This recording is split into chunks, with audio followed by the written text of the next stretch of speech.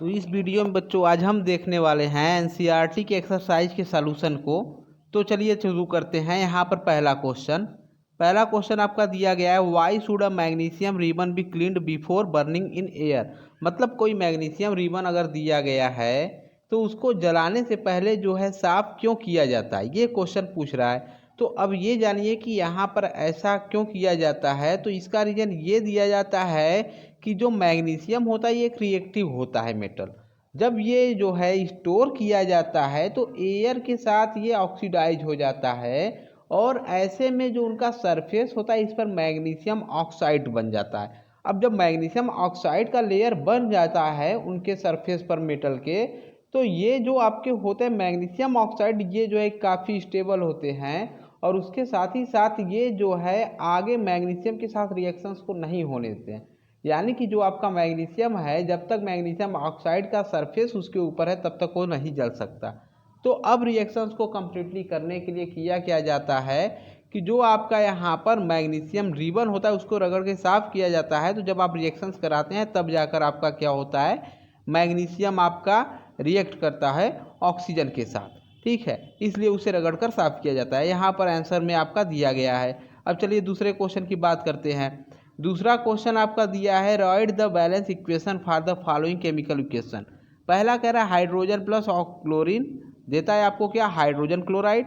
दूसरा कह रहा है barium chloride plus aluminium sulphate, आपको क्या देता है, बेरियम सल्फेट और एल्यूमिनियम क्लोराइड। और तीसरा जो है सोडियम प्लस वाटर, देता है सोडियम हाइड्रोक्साइड प्लस हाइड्रोजन। तो नीचे यहाँ पर आंसर में देख सकते हैं कि लिखा है H2 plus Cl2 gives 2HCl। मतलब H2 फार्मूला हो गया हाइड्रोजन का, Cl2 क्लोरीन का और ये हाइड्रोजन क्लोराइड का 2HCl।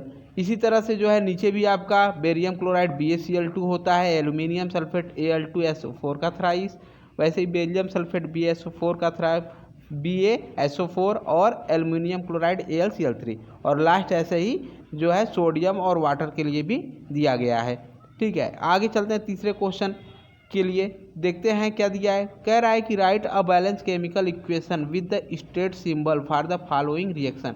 मतलब यहाँ पर कोई आपका बैलेंस इक्वेशन जो है कि आपको लिखना है, केमिकल इक्वेशन लिखना है वो भी सिंबल के साथ, ठीक है। अब जो रिएक्शन दिए गए उनके लिए, तो अब पहला कह रहा है क्वेश्चन की सॉल्यूशन ऑफ बेरियम क्लोराइड यानी BaCl2 and sodium sulphate Na2SO4 in water react to give insoluble barium sulphate and solution of sodium chloride. अब ये देखिए कि मतलब ये कह रहा है क्वेश्चन में कि यहाँ पर जब आपका बेरियम क्लोराइड और सोडियम सल्फेट को वाटर में रिएक्ट कराया जाता है, तो यहाँ पर देख सकते हैं आंसर में BaCl2 aqueous plus Na2SO4 aqueous, ये जब रिएक्ट करता है तो इसमें क्या होता है, डबल डिस्प्लेसमेंट रिएक्शन हो जाता है। मतलब इनके जो आयन होते हैं ये आयन क्या होते हैं, एक दूसरे से रिप्लेस हो जाते हैं, पॉजिटिव और निगेटिव आयन म्यूचुअली रिप्लेस हो जाएंगे। तो ऐसे में आपका ये प्रोडक्ट दिखाई देगा, ठीक है। सेकेंड फिर उसमें देख सकते हैं ये दिया है question, sodium hydroxide solution react with hydrochloric acid solution. मतलब जब NaOH क्या करेगा, रिएक्ट करेगा HCl के सॉल्यूशन के साथ, तो ऐसे में क्या होगा, कह रहा है produce sodium chloride and solution and water. मतलब सोडियम क्लोराइड और वाटर जो है कि बनता है। तो नीचे आपका ये दिखाया गया है केमिकल इक्वेशन उसका। चौथे क्वेश्चन की बात करते हैं। कह रहा है कि ए solution of a substance X is used for white washing. मतलब कि जो है कि सफ़ेदी के लिए यूज किया जाता है कोई सब्सटेंस X। अब यहाँ पर कह रहा है name the substance X and right it's formula. मतलब जो सब्सटेंस X है उसका आप फार्मूला लिखिए, ठीक है। और सेकेंड कह रहा है right the reaction of the substance X and name in the above with water, ठीक है। यहाँ पर जो रिएक्शन है X का वो आपको दिखाना है किसके साथ, वो भी वाटर के साथ। तो अब आपको ये पता है कि कैल्शियम ऑक्साइड जो होता है वो सब्सटेंस होता है जिसे आप वाइटिंग के लिए यूज करते हैं, ठीक है। जब उसका सॉल्यूशन बनकर तैयार होता है तो आप वहाँ पर उसे क्या करते हैं, वाइटिंग के लिए यूज करते हैं। तो इस तरह से CaO जो होगा कैल्शियम ऑक्साइड आपका, जिसे क्विक लाइम कहते हैं, आंसर हो जाएगा। और सेकेंड का आंसर क्या होगा, जब आप इसे वाटर के साथ रिएक्ट कराते हैं तो क्या बन जाता है, कैल्शियम हाइड्रोक्साइड, जिसे स्लैग्ड लाइम कहते हैं। चलते हैं चौथे क्वेश्चन की बात करते हैं। इसमें दिया है कि Y is the amount of gas collected in one of the test tube in activity 1.7। Double the amount collected in the other, name this gas. मतलब यहाँ पर आपको करना क्या है कि इसको सॉल्व करने से पहले एनसीईआरटी के एक्टिविटी 1.7 को ध्यान से पढ़ना होगा। तो आप उसे पढ़ने के बाद नीचे जो आंसर दिया उसे आप पढ़ सकते हैं, वहाँ से आपको बिल्कुल क्लियर हो जाएगा कि क्वेश्चन क्या कह रहा है और क्या पूछ रहा है। तो चलिए हम अगले क्वेश्चन की बात करते हैं। क्वेश्चन नंबर 6 ये क्या कह रहा है, why does the colour of copper sulphate solution change when iron nail is dipped in it. तो अब ये कह रहा है कि जब कॉपर सल्फेट सॉल्यूशन का कलर चेंज हो जाता है जब आप करते क्या है, आयरन की कोई कील ले लीजिए या कोई आपका रॉड ले लीजिए, उससे आप उसमें डीप कर दीजिए तब। तो आपको ये पता है बच्चों कि यहाँ पर जो आयरन होता है ये ज़्यादा रिएक्टिव होता है किसके कंपेयर में, कॉपर मेटल के कंपेयर में। तो अब ये देखिए कि कॉपर सल्फेट जो है ठीक एक कंपाउंड है, अब यहाँ से जब ज़्यादा रिएक्टिव मेटल उसके साथ रिएक्ट करेगा तो वो कॉपर को उसकी जगह से रिप्लेस कर देगा और खुद आ जाएगा। तो आंसर में देख सकते हैं कि जब आयरन कॉपर सल्फेट के साथ रिएक्ट किया तो खुद कॉपर की जगह चला गया, जिससे FeSO4 बन गया और साथ में क्या बना, कॉपर। तो ये देख सकते हैं नीचे ब्लू कलर का कॉपर सल्फेट है और ग्रीन कलर का आयरन सल्फेट है। तो इस तरह से आपका क्या होता है कि जो कलर होता है वो चेंज हो जाता है, ठीक है। तो अब ये देखिए नीचे और आगे चलते हैं अगले क्वेश्चन पर। क्वेश्चन नंबर 7 क्या कह रहा है, give an example of a double displacement reaction other than the one give in the activity 1.10। मतलब जो एक्टिविटी 1.10 में दिया गया है उसको छोड़ करके कोई आपको दूसरा दिखाना है, ठीक है। यहाँ पर डबल डिस्प्लेसमेंट रिएक्शन, तो इसके पहले वाले वीडियो में जो आपको हमने दिया था उस वीडियो में जो है बहुत सारे एग्जाम्पल हम कराए थे, तो उसमें से कोई भी एक रिएक्शन आप लिख सकते हैं। और वहाँ पर एक और रिएक्शन इसमें दिया गया है Na2CO3 का, ठीक है, कैल्शियम क्लोराइड के साथ रिएक्शन। तो यहाँ पर ये भी एग्जाम्पल हो सकता है, और भी एग्जाम्पल्स आपके पीछे डबल डिस्प्लेसमेंट रिएक्शन में वीडियो में दिखाए गए हैं, वहाँ से आप नोट कर सकते हैं। अब ये ध्यान दीजिएगा कि एक्टिविटी 1.10 में जो रिएक्शंस है उसे आप ध्यान से देख लीजिएगा कौन सा रिएक्शंस है। अब चलते हैं क्वेश्चन नंबर 8 पर। इसमें कह रहा है identify the substance that are oxidise and substance that are reduce in the following reaction. तो इसके पहले वाले वीडियो में ऑक्सीडेशन और रिडक्शन को हम लोग बहुत डिटेल में पढ़े थे। तो चलिए यहाँ पर देखते हैं कि यहाँ पर ऑक्सीडाइज क्या हो रहा है और रिड्यूस क्या हो रहा है। ऑक्सीडाइज मतलब ऑक्सीडेशन किसका हो रहा है, वही ऑक्सीडाइज होगा, और रिडक्शन किसका हो रहा है, वो रिड्यूस हो रहा है। अब इसका यहाँ पर ये देखना है कि ऑक्सीडेशन क्या प्रोसेस होता है, लॉस ऑफ इलेक्ट्रॉन। तो इलेक्ट्रॉन का लॉस होगा तो ऑक्सीडेशन। अब पहले रिएक्शन में देखिए Na solid plus O2 gives Na का ट्वाइस O। आपको पता है बच्चों कि यहाँ पर सोडियम लेस इलेक्ट्रोनिगेटिव और ऑक्सीजन मोर इलेक्ट्रोनिगेटिव एटम है। तो इस तरह से मोर इलेक्ट्रोनिगेटिव एटम क्या करता है, इलेक्ट्रॉन को खींचता है किसी दूसरे एटम से। मतलब यहाँ पर सोडियम से इलेक्ट्रॉन कौन लेगा, ऑक्सीजन। तो सोडियम इलेक्ट्रॉन क्या किया, दे दिया, और ऑक्सीजन ले लिया। तो इस तरह से ऑक्सीडाइज क्या होगा, ऑक्सीडाइज होगा आपका सोडियम, और रिड्यूस कौन होगा पहले रिएक्शन में, ऑक्सीजन। अब सेकेंड रिएक्शन में देखते हैं CuO plus H2 gives Cu plus H2O। अब इसमें ये देख सकते हैं कि सेकेंड रिएक्शन में जो है कॉपर ऑक्साइड दिया गया है, हाइड्रोजन के साथ रिएक्ट करता है जिससे कॉपर और H2O बनता है। तो अब ये बच्चों आपको पता है कि यहाँ पर अगर कॉपर ऑक्सीजन के साथ है तो ये प्लस चार्ज रखेगा। क्यों, क्योंकि ऑक्सीजन मोर इलेक्ट्रोनिगेटिव एटम और कॉपर क्या है, एक मेटल है, तो मेटल ऑलरेडी इलेक्ट्रॉन अपना दे देते हैं। अब ये देखिए कि जब यहाँ पर ऑक्सीजन से ये अलग होगा कॉपर, तो इस पर जीरो स्टेट मतलब ऑक्सीडेशन स्टेट जीरो होगा इसका, या फिर चार्ज इस पर जीरो होगा। तो अब सोचिए +2 से जीरो चार्ज में ये चेंज हो रहा है, मतलब जीरो +2 से न्यूट्रल हो रहा है। तो अब क्या होगा यहाँ पर कि यहाँ पर कोई इसको इलेक्ट्रॉन दिया होगा न्यूट्रल होने के लिए, 2 इलेक्ट्रॉन मिलेगा, तो ये +2 से क्या हो जाएगा, जीरो हो जाएगा। तो +2 से जीरो हो गया, तो मतलब यहाँ पर कॉपर का क्या हुआ, ऑक्सीडेशन या रिडक्शन। सिंपल सी बात है, अगर इलेक्ट्रॉन को ये गेन किया है, +2 चार्ज रखता है फिर जीरो हो जाता है, मतलब 2 इलेक्ट्रॉन को गेन करता है, तो यह रिडक्शन होगा इसका, मतलब ये रिड्यूज हो गया कॉपर ऑक्साइड। अब सेकेंड जो है कि H2 जो है आपका दिया गया है, तो H2 देखिए कि यहाँ पर इलेक्ट्रॉन देखे त्यागेगा तभी क्या होगा, H2 को बनाएगा। तो ऐसे में हाइड्रोजन का क्या हो जाएगा, ऑक्सीडेशन। तो यहाँ पर देख सकते हैं सोडियम ऑक्सीडाइज हो जाएगा पहले रिएक्शन में, उसके बाद यहाँ पर ऑक्सीजन गेन करेगा इलेक्ट्रॉन को, तो वो रिड्यूस हो जाएगा। अब सेकेंड में कॉपर ऑक्साइड रिड्यूस होगा और जो है कि हाइड्रोजन आपका ऑक्सीडाइज हो जाएगा। अब नेक्स्ट क्वेश्चन की हम बात करते हैं। यहाँ पर क्वेश्चन नंबर 9 की कह रहा है which of the statement about the reaction below are incorrect. इसमें से कौन सा जो है कि इनकरेक्ट होगा दिए गए स्टेटमेंट में। पहला स्टेटमेंट कह रहा है कि लेड इज गेटिंग रिड्यूस। क्या इसमें पहले देखिए लेड रिड्यूस हो रहा है या ऑक्सीडाइज हो रहा है। तो देखिए फिर ये मेटल है और है किसके साथ, मोर इलेक्ट्रोनिगेटिव एटम ऑक्सीजन के साथ, मतलब +2 चार्ज रखा होगा। जब ये Pb में कन्वर्ट होगा तो +2 से 0 चार्ज हुआ और ये 0 चार्ज कब आएगा, जब ये -2 इलेक्ट्रॉन को गेन करेगा। मतलब यहाँ पर ये रिडक्शन नहीं हो रहा है बल्कि क्या हो रहा है, ऑक्सीडेशन हो रहा है। सॉरी यहाँ पर जो है कि Pb लेड जो है क्या करता है कि इलेक्ट्रॉन को गेन करता है, मतलब रिड्यूस हो रहा है। तो ए वाला क्या होगा, सही है। अब देखिए बी वाला क्या है, कार्बन डाइऑक्साइड गेटिंग ऑक्सीडाइज। अगर मान लीजिए PbO आपका क्या हो रहा है, यहाँ पर PbO आपका रिड्यूस हो रहा है तो कार्बन क्या होगा, ऑक्सीडाइज होगा। ये तो सही है, बी वाला बिल्कुल सही है। अब देखते हैं सी वाले के लिए, सी वाला क्या होगा,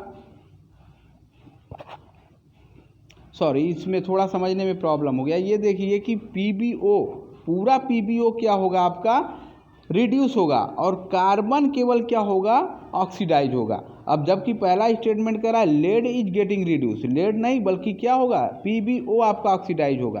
तो इस तरह से अगर PbO ऑक्सीडाइज होता है तो ये ए वाला आंसर क्या होगा, गलत होगा। बी वाला स्टेटमेंट देखते हैं, कार्बन डाइऑक्साइड गेटिंग ऑक्सीडाइज, मतलब कार्बन डाइऑक्साइड ऑक्सीडाइज हो रहा है, ये गलत है क्योंकि इसमें ऑक्सीडाइज कौन हो रहा है, कार्बन हो रहा है। ठीक, अब सी वाला सही ही होगा क्योंकि carbon is getting oxidise, carbon oxidise हो रहा है और लेड ऑक्साइड क्या हो रहा है आपका, रिड्यूस हो रहा है। ठीक, तो इस तरह से जो है पहला मतलब ए और बी वाला स्टेटमेंट क्या होगा, इनकरेक्ट होगा। ठीक, नेक्स्ट चलते हैं अगले पर, क्वेश्चन नंबर 10। इसमें देखते हैं क्या कह रहा है कि Fe2O3 + 2Al gives Al का ट्वाइस, O का thrice plus 2Fe। The above reaction is an example of, पहला कह रहा है कॉम्बिनेशन रिएक्शन, दूसरा कह रहा है डबल डिस्प्लेसमेंट, तीसरा डिकम्पोजिशन रिएक्शन, चौथा डिस्प्लेसमेंट। तो आप देख सकते हैं कि यहाँ से ऑक्साइड जो होगा आयन, ये आयरन से किसके पास जा रहा है, एल्यूमिनियम के पास। तो अब ये बताइए कि एक निगेटिव आयन एक से निकलकर दूसरे के पास रिप्लेस हो गया, तो इसका मतलब कैसा रिएक्शन है, डिस्प्लेसमेंट रिएक्शन। तो आंसर डी क्या होगा, करेक्ट होगा इसमें।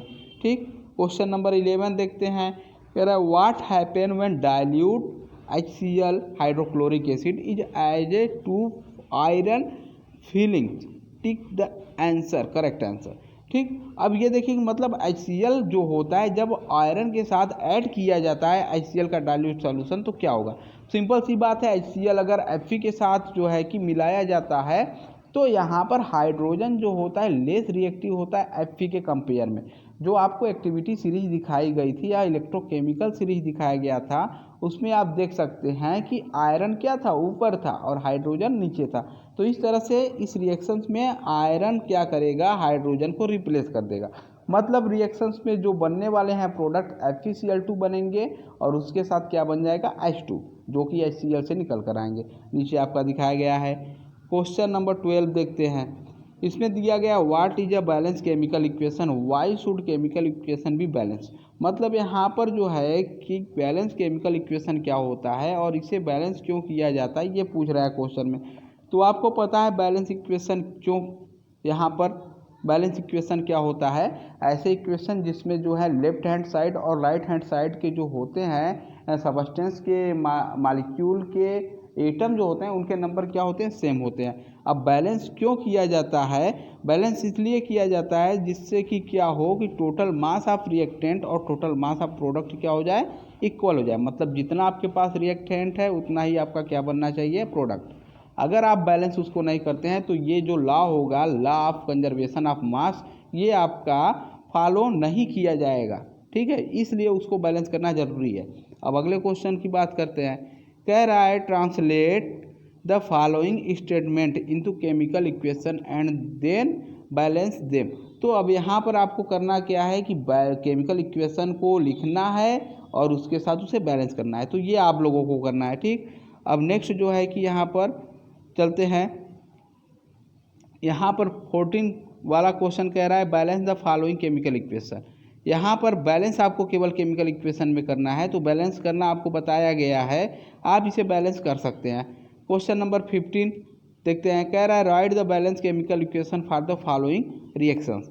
तो इसके लिए आपको बैलेंस केमिकल इक्वेशन लिखना है। चूँकि यहाँ पर देखिए मालिकुलर फार्मूला नहीं दिखाया गया है, केवल नाम लिखकर छोड़ दिया है, तो आप करेंगे क्या, केमिकल फार्मूले के साथ इक्वेशन को लिखेंगे और उसको फिर बैलेंस करेंगे। नेक्स्ट क्वेश्चन की बात करते हैं तो उसमें भी वही चीज़ दिया गया है। अब 17 क्वेश्चन की बात करते हैं, तो यहाँ पर कह रहा है what does one mean by exothermic and endothermic reaction. मतलब यहाँ पर आप ये बताइए कि एक्सोथर्मिक और एंडोथर्मिक रिएक्शन का क्या मतलब होता है। तो आपको बच्चों पता है कि एंडोथर्मिक और एक्सोथर्मिक रिएक्शंस क्या होते हैं। आप कह सकते हैं कि वो रिएक्शंस जिसमें हीट क्या हो, रिलीज हो, एक्सोथर्मिक, और वो रिएक्शन जिसमें हीट क्या हो या एनर्जी क्या हो, एब्जॉर्ब हो, उसे आप एंडोथर्मिक कहते हैं। पीछे इसका एग्जांपल ढेर सारा दिया गया है, ठीक। तो इस तरह से यहाँ पर इसमें आपको दिखाया गया है कि ये एंडोथर्मिक और एक्सोथर्मिक रिएक्शंस क्या है। पहला देखिए एक्सोथर्मिक का एग्जांपल जिसमें एनर्जी बाहर निकल रही है। दूसरा देखिए सनलाइट के प्रेजेंस में, मतलब कि एक तरह से ये एनर्जी ही होती है सनलाइट के प्रेजेंस में जब यहाँ पर रिएक्शंस होते हैं तो क्या हो रहा है, ये एंडोथर्मिक रिएक्शंस। अगले क्वेश्चन की बात करते हैं, कह रहा है why is respiration considered an exothermic reactions. Respiration कह रहा है कि क्यों मान लिया जाता है एक्सोथर्मिक रिएक्शन। मतलब यहाँ पर जो है आपका energy is required to support life. Answer देखिए क्या लिखा है, energy is required to support life.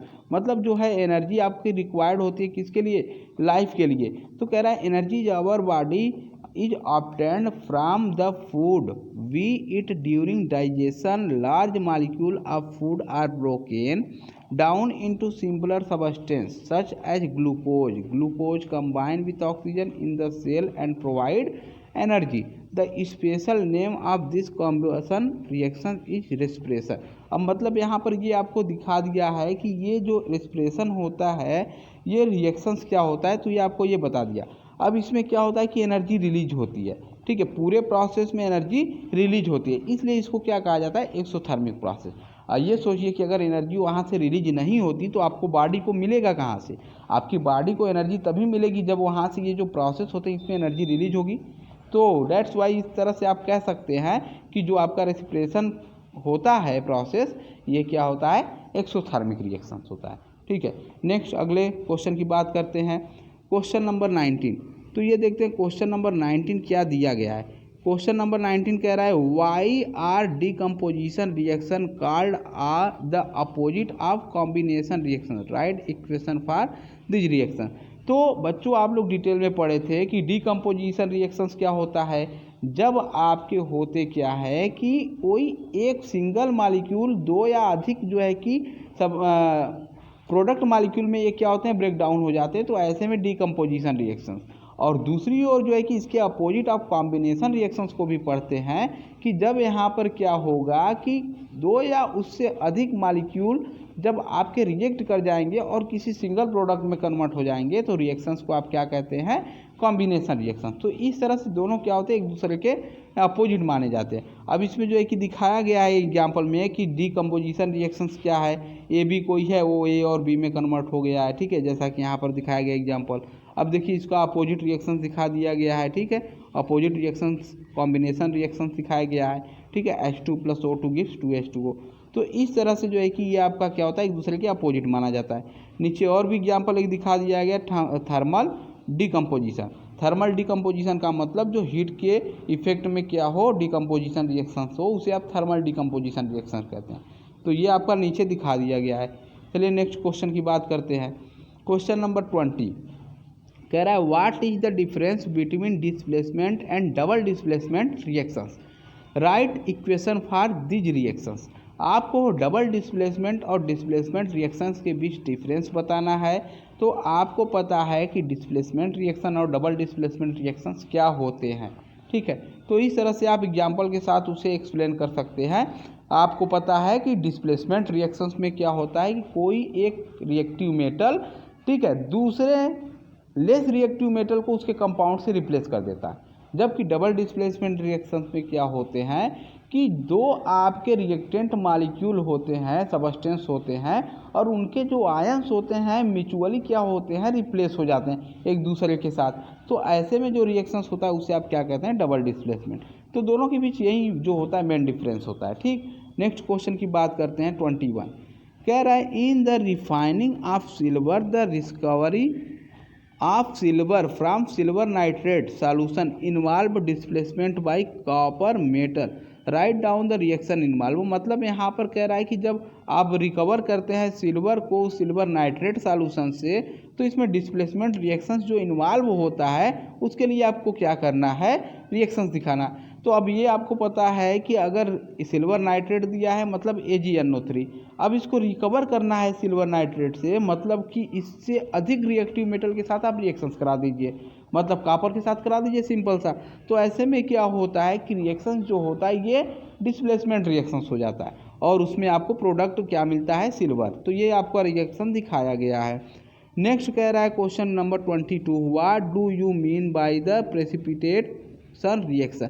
Precipitation reactions क्या होता है और उसमें आप कोई एग्जाम्पल दीजिए। तो बच्चों आपको पता है कि प्रेसिपिटेशन रिएक्शंस का मतलब ऐसे रिएक्शंस जिसमें होते क्या है कि इनसॉल्युबल सॉलिड जो होते हैं बनते हैं और वो जो है नीचे सरफेस पर या बॉटम में आपके क्या हो, बैठने लगे। तो ऐसे में जो रिएक्शंस होते हैं उन्हें आप क्या कहते हैं, इस प्रोसेस को ही प्रेसिपिटेशन कहते हैं।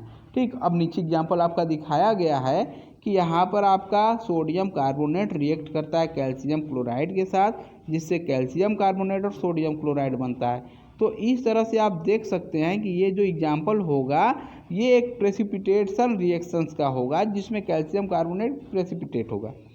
अब इसके बाद जो है कि और एक एग्जाम्पल यहाँ पर दिया गया सोडियम सल्फेट और बेरियम क्लोराइड का। अब इसमें ये देखिए कि जो आपके इनसॉल्युबल होते हैं सॉल्यूशन में वही क्या होते हैं, PPT बनते हैं, मतलब प्रेसिपिटेट बनते हैं। तो सेकेंड रिएक्शंस में जो है बेरियम सल्फेट जो होता है ये इनसॉल्युबल होता है। तो ऐसे में PPT जो बनता है वो बेरियम सल्फेट का बनता है। तो ऐसे और भी एग्जाम्पल्स होते हैं। ठीक है, चलिए अब नेक्स्ट क्वेश्चन की बात करते हैं। क्वेश्चन नंबर 23 कह रहा है explain the following in the term of gain और loss of electron in two example which each. तो इसमें देखिए पहला ऑक्सीडेशन है, ठीक है, उसके साथ यहाँ पर रिडक्शन है। इसको आपको जो है कि क्या करना है कि एक्सप्लेन करना है। तो ऑक्सीडेशन और रिडक्शन क्या होता है आपको पता है, loss of electron oxidation, gain of electron reduction. अब कहाँ पर ऑक्सीडेशन हो रहा है, कहाँ पर रिडक्शन हो रहा है, पिछले वीडियो में आपको ये अच्छे से बताया गया। ठीक है, तो आप देख सकते हैं पहले वाले एग्जाम्पल में कि CO2 जो है आपका H2 के साथ रिएक्ट करके CO और H2 को बनाता है। तो बच्चों ये देखिए कि जहाँ से ऑक्सीजन का लॉस हुआ वहाँ पर क्या होगा, ऑक्सीडेशन या रिडक्शन। तो जहाँ से ऑक्सीजन का लॉस होता है वहाँ पर रिडक्शन और जहाँ ऑक्सीजन ऐड होता है वहाँ पर ऑक्सीडेशन। तो मतलब H2 वाला क्या करेगा, ऑक्सीडेशन, ठीक, और CO2 का क्या हो जाएगा, रिडक्शन।